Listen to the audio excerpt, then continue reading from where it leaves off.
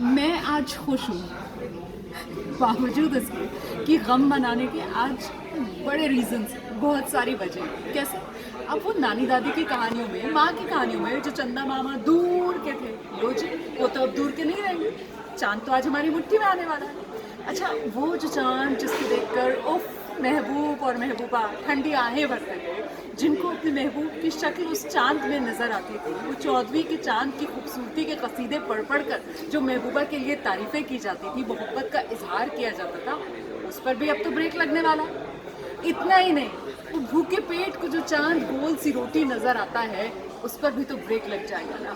मतलब सब पर ब्रेक लग रहा है, लेकिन फिर भी ये पल खुशी का है, क्योंकि ये पल हर हिंदुस्तानी को गौरवान्वित करने वाला है। 140 करोड़ उम्मीदों को पंख देते हुए आज भारत का चंद्रयान-3 जो 14 जुलाई को मिशन मून पर मतलब चांद के सफर के लिए निकला था, उसका विक्रम लैंडर शाम 6:04 पर चांद की सतह पर करने जा रहा है सॉफ्ट लैंडिंग। और आपको पता है, हिंदुस्तान चौथा देश बनेगा दुनिया का जो सॉफ्ट लैंडिंग वाले कारनामे को करके दिखाएगा। हमसे पहले यूएसएसआर, यूएस और साथ ही चीन, सिर्फ ये 3 देश हैं जो सॉफ्ट लैंडिंग कर चुके हैं। और इतना ही नहीं, जो लक्ष्य, जो टारगेट हमने अपने लिए सेट किया है, अपने विक्रम लैंडर को लैंड कराने वाला, जिस एरिया का हमने टारगेट सेट किया है, मतलब चांद का वो साउथ पोलर रीजन, वहाँ तो हमसे पहले कोई और लैंड कर ही नहीं पाया है ना।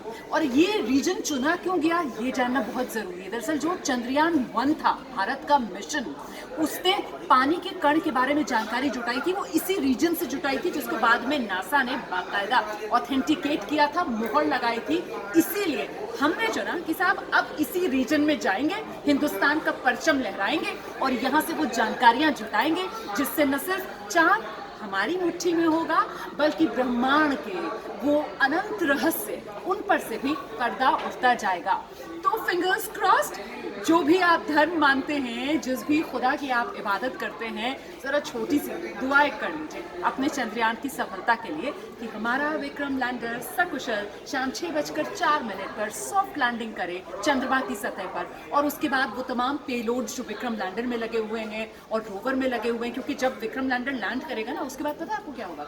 उसका एक पैनल खुलेगा लैंडर का, और उसमें से नन्हे नन्हे नन्हे पाँव के साथ छोटा सा रोवर है जो बाहर निकलेगा। 6 पहिए इस रोवर में लगे हुए हैं, और ये जो रोवर है बहुत ही धीमी स्पीड के साथ ये चंद्रमा पर जाकर चहलकदमी करेगा। और जो इसके पहिए हैं, उनकी खास बनावट ऐसी है कि उस पर एक तो इसरो का लोगो, मतलब इसरो की छाप चांद पर छोड़ेगा, और हिंदुस्तान जो हमारा अशोक स्तंभ है, उसकी छाप भी इसके पहियों के जरिए चांद की जमीन, वो सोइल चांद का, पता है आपको उसको इंग्लिश में क्या कहते हैं? रेगलिथ उसको कहते हैं, उस पर अपने निशान छोड़ता जाएगा। इसीलिए तो मैं कह रही हूँ, चांद हिंदुस्तान की मुट्ठी में।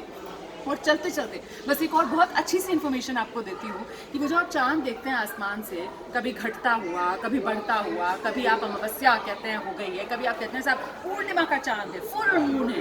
कोई फुल मून नहीं देख पाते हैं। आपको पता है, चांद का सिर्फ 59% हिस्सा ही जो जमीन से इंसान देख पाता है, जो पीछे का 41% हिस्सा है, आज तक वो पृथ्वी से नजर ही नहीं आया है।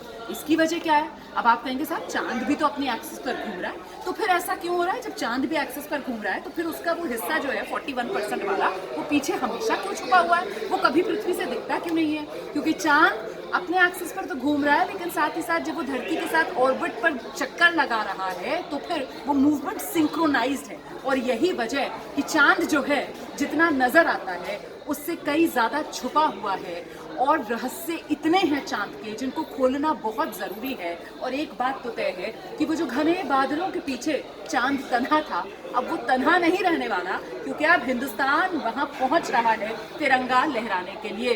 तो प्लीज़ प्लीज़ प्लीज़ दुआओं का दौर जारी रखिएगा। मुलाकात होगी आपकी इस मिशन के सक्सेसफुल अंजाम तक पहुँचने के बाद, फिर से बात होगी आपसे। Thank you so much for joining.